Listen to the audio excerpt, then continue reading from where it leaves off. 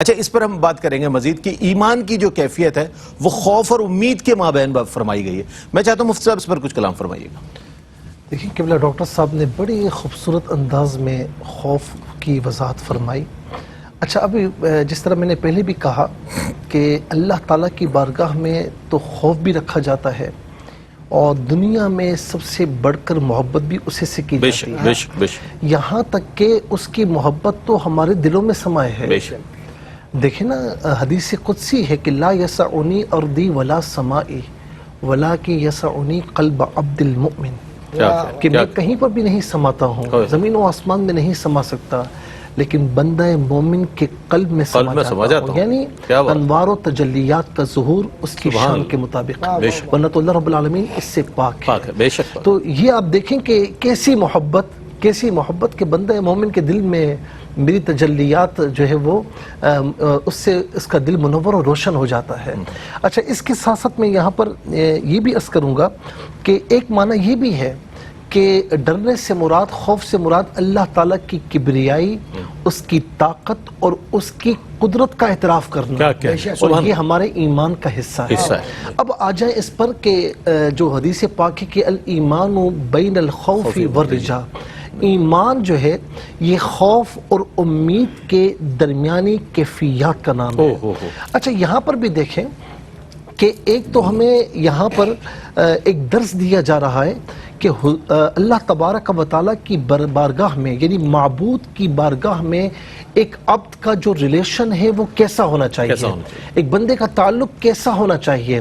بندہ جانتا ہے کہ وہ رحیم بھی ہے، کریم بھی ہے، بندہ جانتا ہے کہ وہ جبار بھی ہے، قہار بھی ہے۔ تو ان تمام صفات کو ہمیشہ مد نظر رکھے اور ان کا اعتراف کرتا رہے، ان کا احساس کرتا رہے، اس حدیث پاک میں یہی تلقین کی جا رہی ہے۔ دیکھیں نا کہ جب تک بندہ اگر غیر متوازن ہو جائے، کیونکہ یہاں پر ایک تلقین یہ بھی ہے، سبق یہ بھی ہے کہ غیر متوازن نہ ہو جانا، غیر معتدل نہ ہو جانا، اعتدال کے ساتھ رہنا۔ اچھا دیکھیں، نماز میں جہاں تک قرآن پڑھنے کا تعلق ہے، نہ زیادہ اونچی آواز ہو نہ زیادہ پست آواز ہو۔ اسی طریقے سے خرچ کرنے کے معاملات میں آپ دیکھیں کہ نہ زیادہ خرچ کیا جائے نہ کم، درمیانی اعتدال کے ساتھ، وَكَانَ بَيْنَ ذَلِكَ قَوَامًا۔ یہ اسی طریقے سے ہر معاملے میں حتیٰ کہ عبادت کے معاملے میں بھی اعتدال کا درس دیا گیا ہے۔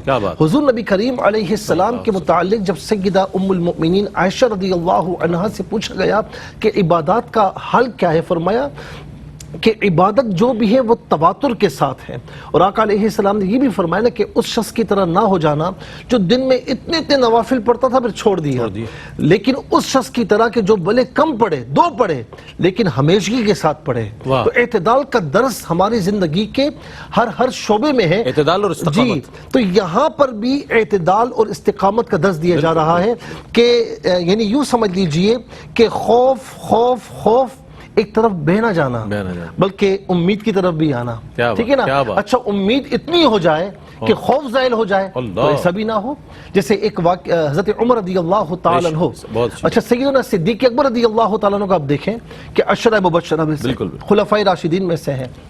اچھا، جہاں پر آپ تلاوت قرآن کریم کیا کرتے نماز میں تو اس قدر روتے، یعنی اس قدر آپ کی ایک غمگین تلاوت ہوتی، پرسوز آواز ہوتی کہ آس پڑوس کے لوگ آ جاتے اور وہ رونے لگ جاتے ہیں۔ یہ خشیت، جی، لیکن جہاں پر خوف اور امید کا ہے معاملہ تو فرماتے ہیں کہ اگر یہ مجھے معلوم ہو جائے کہ خوف کا عالم یہ ہے کہ جہنم میں ایک بندہ جائے گا تو مجھے خوف ہے کہ کہیں میں نہ جاؤں، اور جہاں امید کا تعلق ہے کہ یہ اعلان ہو جائے کہ جنت میں ایک ہی بندہ جائے گا تو مجھے اپنے رب تعالیٰ کی رحمت سے یہ امید ہے کہ جانے والا میں ہوں گا۔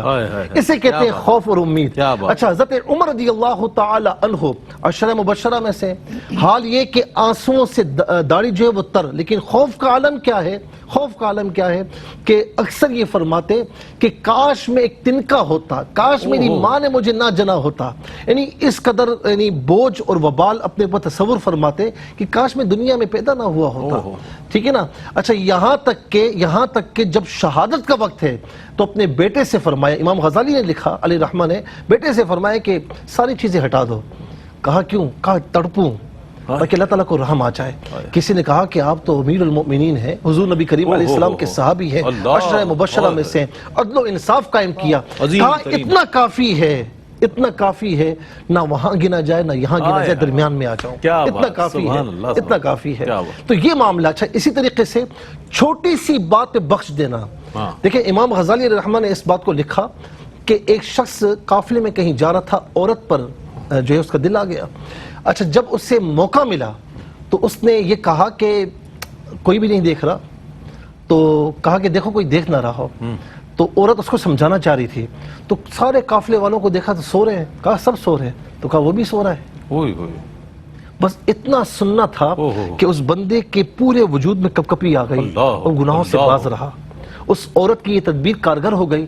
مرنے کے بعد کسی نے خواب میں دیکھا تو جنت میں ہے. کیا ہوا؟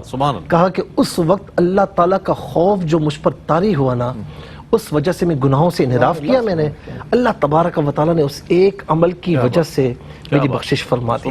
تو اتنا خوف کہ امید کو چھوڑ دیا جائے, یہ بھی غلط ہے. جیسے بعض واعظین یہ کرتے ہیں کہ خوف دلاؤ, تو بندہ کہتا ہے کہ یار جب میری بخشش ہی نہیں ہونی تو کیا فائدہ پھر توبہ کرنے کا.